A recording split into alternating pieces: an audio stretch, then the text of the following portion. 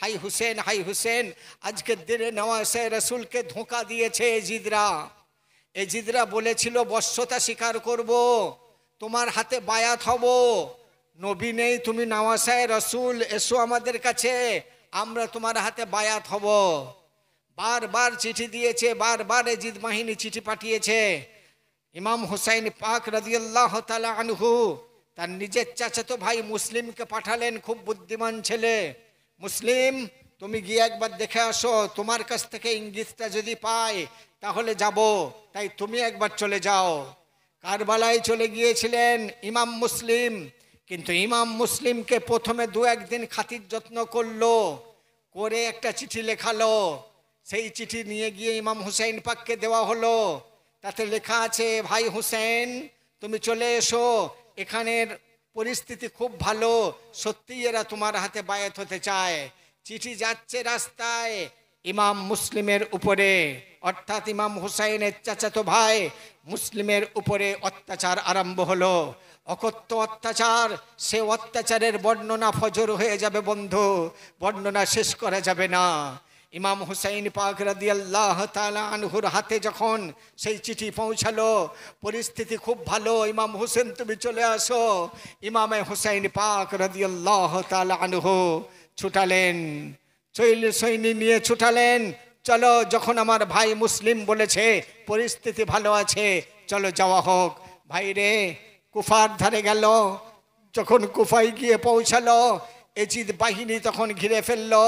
খুব সংক্ষেপে বলছি, অনেক ঘটনা লম্বা, 12টা বেজে গেছে বন্ধু, সংক্ষেপে বলি। ইমাম হুসাইন রাদিয়াল্লাহু তাআলা আনহু কুফায় পৌঁছালেন, পরদিন কারবালা প্রান্তরে হাজির হবেন, এইখানেই অবস্থান করা যাক। এজিদ বাহিনী সৈন্য নিয়ে ঘিরে ফেলল। তারপর বলল, হুসাইন তুমি এজিদের হাতে বশ্যতা স্বীকার করো। ইমাম হুসাইন রাদিয়াল্লাহু তাআলা আনহু দেখলেন পরিস্থিতি খুবই জটিল। তিনটে রাস্তা তিনি বললেন যে তিনটের একটা তোমরা অন্তত গ্রহণ করে আমাকে আমার সঙ্গে সেই ব্যবহারে এগিয়ে আসো। কি কি? একটা হচ্ছে, হয় আমাকে ব্যাকে ফিরে যেতে দাও, নয়তো সামনে আগে বাড়তে দাও। হয় আমাকে পেছনে চলে যেতে দাও, নয়তো সামনে আগে বাড়তে দাও, কারবালায় পৌঁছাতে দাও। আর না হলে 3 নম্বর পথ হচ্ছে যে আমি না পেছনে যাব না সামনে যাব, আমাদেরকে এইখানেই অবস্থান করতে দাও। তোমরা যে ষড়যন্ত্র করছো এই ষড়যন্ত্রটা নিজেরা গুটিয়ে নাও, নিজেরা পিছু হটে যাও। আমরা যে উদ্দেশ্যে এসেছিলাম আমরা ক্ষান্ততা স্বীকার করছি, কিন্তু বশ্যতা স্বীকার এজিদের হাতে করতে পারবো না। এই কথা যখন এজিদের কানে গেল, বললে ওরা কতক্ষণ এরকম জিয়ে থাকবে, ওদের সঙ্গে যুদ্ধ করা হবে। কেউ কেউ বলে উঠল, হুজুর মনে আছে বদরের যুদ্ধের কথা, মনে আছে অহুদের যুদ্ধের কথা, মনে আছে যেখানে 3000 কাফের আর মাত্র 313 জন মুমিন। 3000 কাফের রাত্রেবেলা ছুটে পালিয়েছিল, যুদ্ধ আরম্ভ হয়নি, কাল সকালবেলা হবে। এমন সময় দয়ার নবী বললেন, হে সাহাবীরা, একটা সুন্নত আদায় করে সবাই শুয়ে পড়বে। সুন্নতটা কি?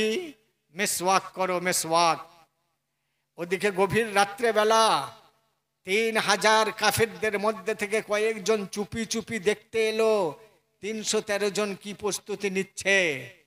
তারা দেখলো মিসওয়াক করছে সবাই মিলে, 313 জন মিসওয়াক করছে। নিজেদের তাঁবুতে খবর দিল, ওরা সবাই দাঁতে ধার দিচ্ছে। লোক শুনেই বলল, ওরে বাপ রে, আমাদের তো কামড়ে খেয়ে নেবে। রাত্রেবেলায় রাতের অন্ধকারে সবাই ছুটে ছুটে যে যার জায়গায় পালিয়ে গেল। সে যুদ্ধের কথা মনে আছে তোমাদের?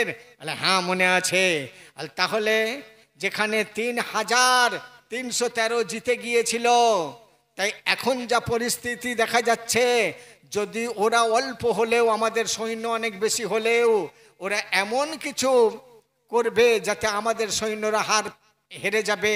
তার থেকে এক কাজ করো, ওদেরকে দুর্বল করে দাও। কিভাবে করা যাবে? ফোরাতের পানি অফ করে দাও।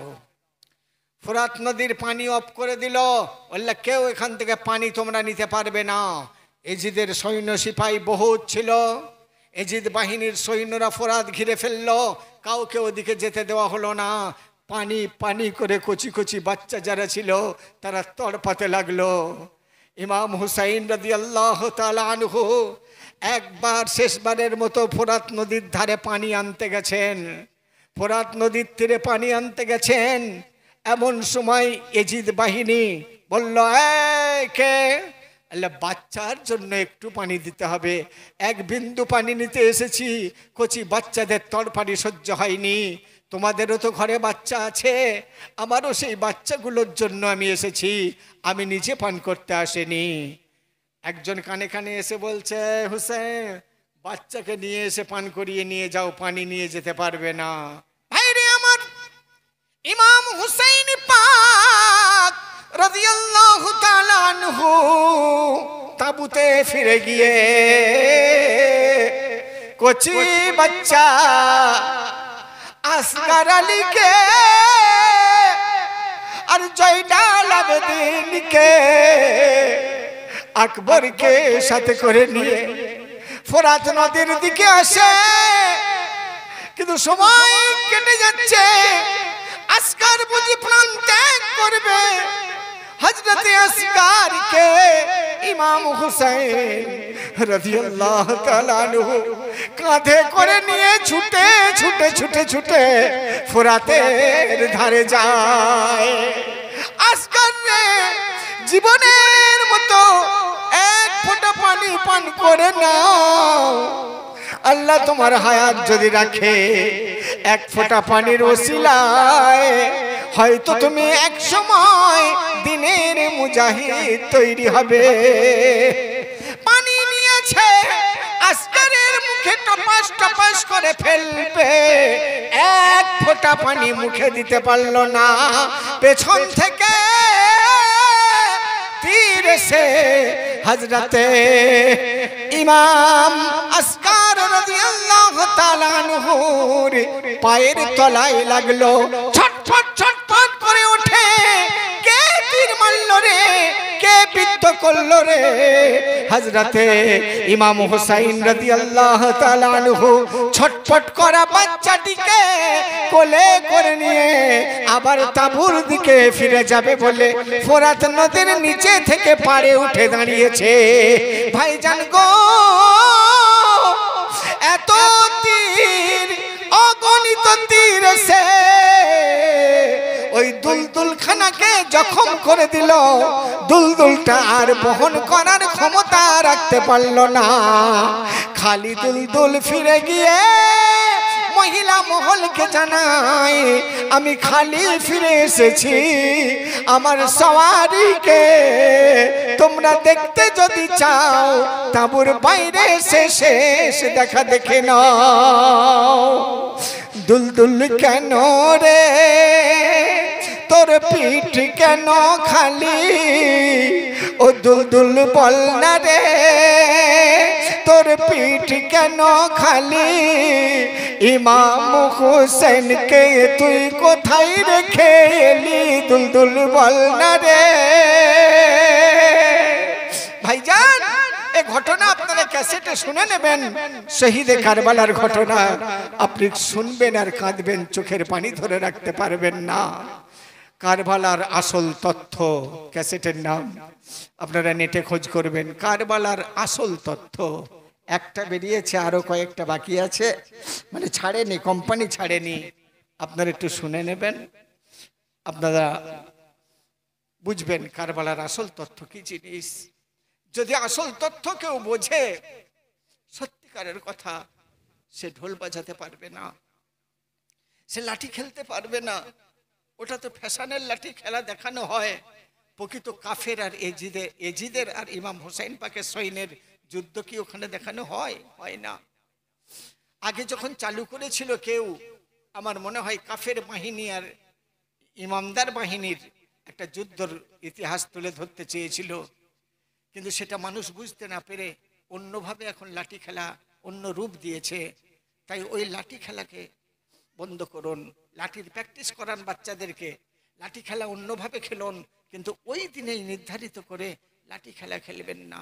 এক সময় কি হবে, ওই যে লাঠি খেলা এক সময় কি হবে, এক সময় পরবর্তী বাচ্চাদেরকে লাঠিয়াল বানানো হবে। ওই রকম ধরনের লাঠি খেলা ইমাম হোসেন খেলেছিলেন। এটা ইমাম হোসেনের কলঙ্ক। আমার ইমাম পাক রাদিয়াল্লাহু তাআলা আনহু জীবনে কোনোদিন লাঠি ধরেননি। সুতরাং আপনি যে লাঠিটা দেখাচ্ছেন ওটা ইমাম হোসেনের লাঠি নয়। তাই এই জিনিসটাকে বর্জন করবেন। আর ঢোল বাজানো হয়েছিল না, ওখানে দামামা বাজানো হয়েছিল কারবালা প্রান্তরে। একদিকে চামড়া দেওয়া দামামা বাজানো হয়েছিল, কারণ যুদ্ধের ময়দানে দামামা বাজানো জায়েজ। আপনি যে জায়গায় দেখাচ্ছেন ওখানে কি প্রকৃত সেই যুদ্ধের ময়দান হচ্ছে? হয়নি।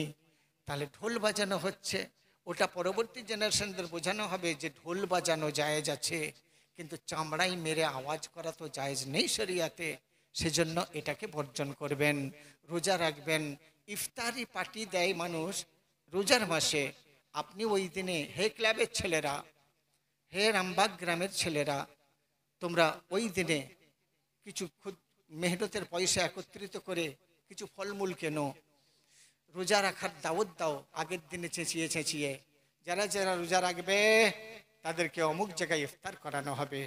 কুচি কুচি বাচ্চাদের শেখাও মহরম শরীফে রোজা রাখতে হয়। এই সমাজ তৈরি করো। খবরদার, যেটা শরীয়তের বরখিলাফ কাজ তা থেকে সরে আসো। তোমরা পাক পাঞ্জাতনের দিওয়ানা। তোমরা সব সময় মনে করবে যে আমি কোনটা করলে পাক পাঞ্জাতন খুশি হবে, সেই কাজটা করবে। লোক কিসে খুশি হবে সেদিকে না গিয়ে পাক পাঞ্জাতন কিসে খুশি হবে সেই দিকে এগিয়ে যাবে। যদি ইমাম হুসাইন পাক শহীদ না হতেন তাহলে দ্বীনের ইসলাম জাগ্রত হতো না।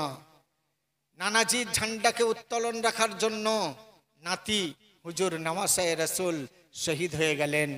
যদি শহীদ না হতে চাইতেন, যদি শহীদ না হতে চাইতেন, এজিদের 14 পুরুষের ঘাড়ে ক্ষমতা ছিল না যে নবীর নওয়াসাকে জবাই করবে, কতল করবে। এই ক্ষমতা ছিল না, পারতো না।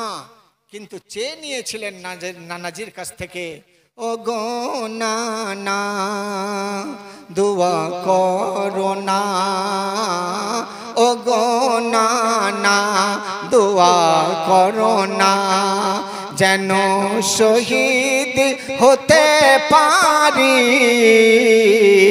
জীবনের দায় ইসলামের এই ঝান্ডাকে উঁচুতে রাখতে পারি,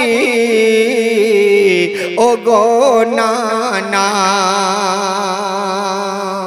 শেষবারের মতো মদিনা শরীফে গিয়ে আমার নবী পাকের রওজার গালিচা ধরে ইমামে হুসাইন পাক রাদিয়াল্লাহু তাআলা আনহু এই দোয়া নিয়ে এসেছিলেন যে আমি ইসলামের জন্য শহীদ হতে রাজি আছি নানা, তবুও আপনার এই ঝান্ডাকে আমি ধূলিসাৎ করে এজিদের বশ্যতা স্বীকার করতে পারবো না।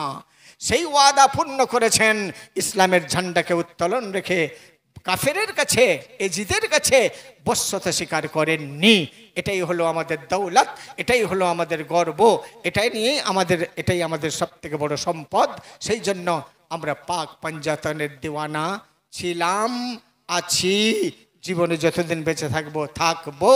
হাসরের ময়দানে ইমাম হুসাইনের সঙ্গে আমাদের যেন গুজারা হয়, আমরা সেখানেও যেন বলতে পারি আমরা পাঞ্জাতনের দিওয়ানা। আমরা अल्लाह अकबर, अल्लाह अकबर, या रसूल अल्लाह, नहीं छोड़ेंगे, नहीं छोड़ेंगे, नहीं छोड़ेंगे, नहीं छोड़ेंगे, आहा नहीं छोड़ेंगे, आह नहीं छोड़ेंगे, सुभान, नहीं छोड़ेंगे। अल्लाह अकबर, या रसूल अल्लाह। अल्लाह पाक এই নারাকে কবুল করুক, এই নারা দেনেওয়ালাকে আল্লাহ কবুল করুক, এই নারা দেনেওয়ালার জীবনের তামান্না আশাকে আল্লাহ সম্পূর্ণরূপে পূর্ণ করুক। যারা এই নারায় সঙ্গ দিয়েছে, জুবান খুলে চেঁচিয়ে চেঁচিয়ে আওয়াজ দিয়ে ইমাম হুসাইন পাকের পাশে এসে দাঁড়াতে চেয়েছেন, হাসরের ময়দানে যেন ইমাম পাকদের সাথে আমাদের হাসর হয়। আমিন সুম্মা আমিন ইয়া নবী।